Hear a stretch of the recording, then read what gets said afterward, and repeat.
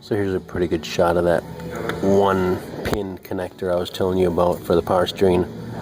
Right down there, you can see it basically in the center of the picture there. So again, you want to make sure you get that hooked up.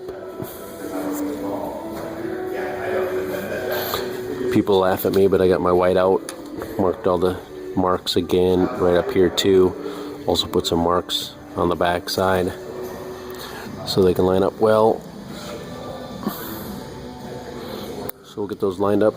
And unfortunately on this job, all the pulleys do move and they don't just sit in place. So it's going to be kind of tricky to line it up. Just work your way one at a time. Start down on the crankshaft, bring it around the pulley, come around here, and just probably hold this in place and put some kind of clip. I've got some clips that I use. You'll see later in the video to hold things in place. You might actually have a partner maybe help you out depending on what kind of tools you got to hold everything in place. Of course, they make special tools for holding stuff in place. I don't know if I'm going to use any of them on this job.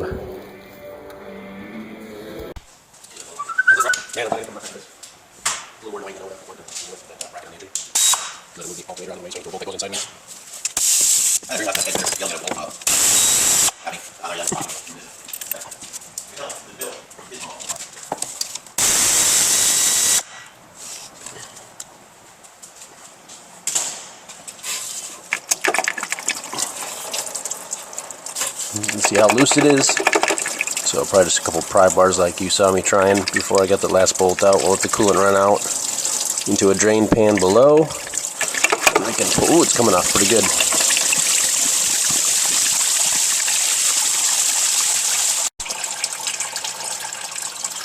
If you take off your radiator cap, stuff might come out a little better too. Alright, there we go. See the back side of it, just like I had mentioned.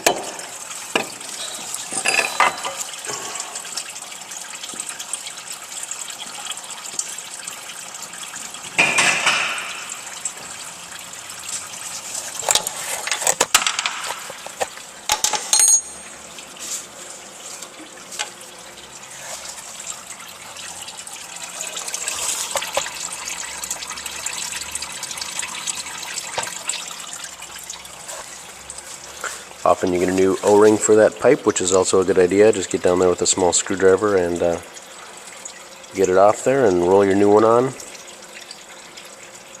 Maybe just rub some antifreeze on it, or maybe just a little bit of lubricant of some kind on there before you put the pump on. You'll be scraping that gasket off down there then, and put the new gasket on and you mount your water pump. So I got my mark lined up here on the crank. Got a screwdriver in there wedged so it holds the time belt on, almost in place. See, I've got some clips on here. And my marks are pretty close.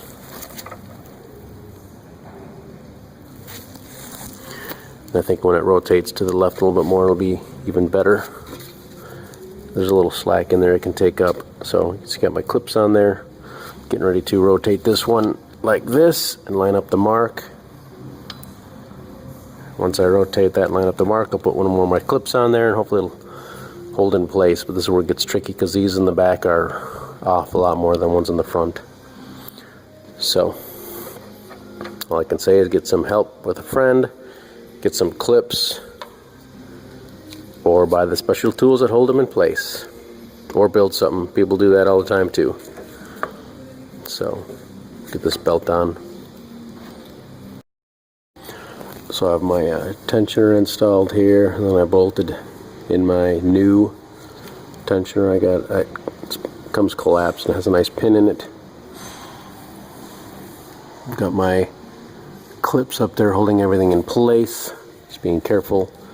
I'm going to put my special tool in here and tighten that up manually.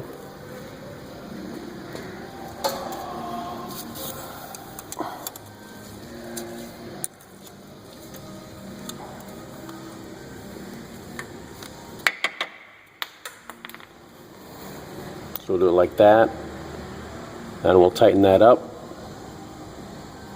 and then we'll probably pull the pin, and we'll I'll spin the engine around a couple times and double check our timing marks, make sure they're right on. Get myself a handy little mirror that I use for checking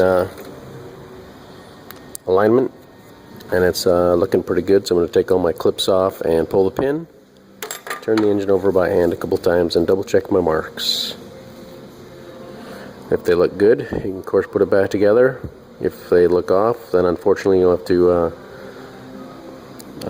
take it apart a little bit, take out the tensioner, and get that stuff relined up and reclamped your tensioner. A lot better than putting it all together and having it be wrong, causing check engine lights and running issues. So I have, as I instruct you to do, turn the engine over by hand a couple times. Got the bolt down there and put a wrench on it, turn it a couple times, double check my marks. I am happy with them. So I'm going to go ahead and reverse procedure to install.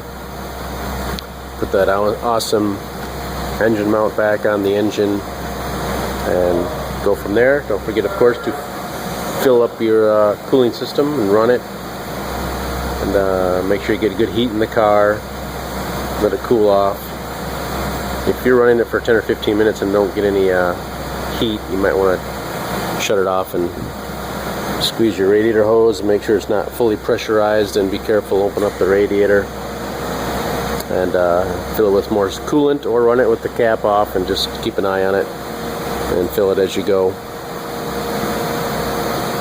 So good luck to you on your timing belt on your Kia 3.5 liter 2005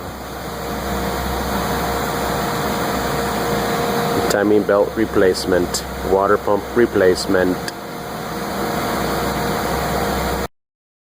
So I was trying to fill up the cooling system, and it was like there's a big air pocket in there, it wasn't going in.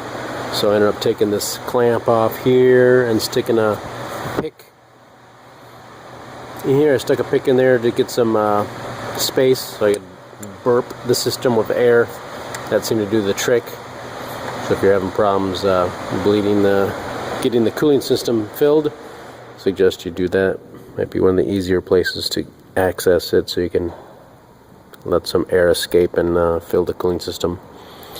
So it looks pretty full right now. I got about 1.5 gallons-ish in there of coolant and water. So we'll top it off and run it.